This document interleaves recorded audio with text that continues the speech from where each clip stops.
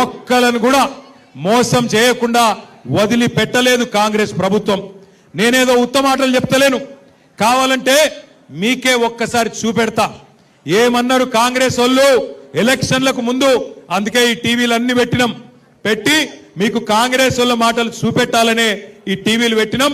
ఒక్కసారి టీవీలలో రేవంత్ రెడ్డి ఏమేం చెప్పిండు మాటలు ఎలక్షన్లకు ముందు అది ప్లే చేయాలని చెప్పి మా తమ్ములను కోరుతా ఉన్నా. పెన్షన్ ఎంత వస్తుంది? 2000 వస్తుంది కదా.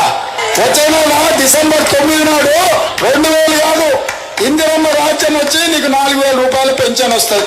ఎవరు నడుకునే పని లేదు. ప్రతి నెల 1వ తారీఖు నాడు ప్రభుత్వ ఉద్యోగికి జీతం వచ్చినట్టుగా ప్రతి నెల 1వ తారీఖు నాడు ఆడబిడ్డల ఖాతాలో 2500 రూపాయలు ప్రతి నెల ఆడబిడ్డల ఖాతాలో వేయాలని కాంగ్రెస్ పార్టీ నిర్ణయం తీసుకున్నది. షాదీ ముబారక్ కళ్యాణ లక్ష్మిలో ఈ రోజు 1,00,000 రూపాయలే వస్తున్నాయి.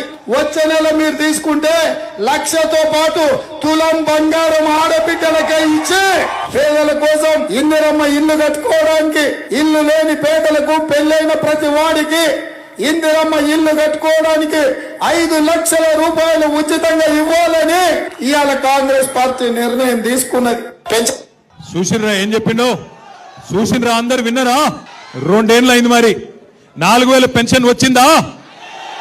2,500 వచ్చినాయా? ఆడపిల్లలకి తులం బంగారం వచ్చిందా? పెళ్ళైతే స్కూటీలు వచ్చినాయా?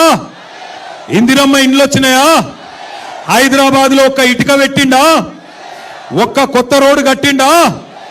ఒక్క పనన్న చేసిండా? ఇవాళనేమో వచ్చి అన్ని ఉద్దర మాటలు చెప్తుండు.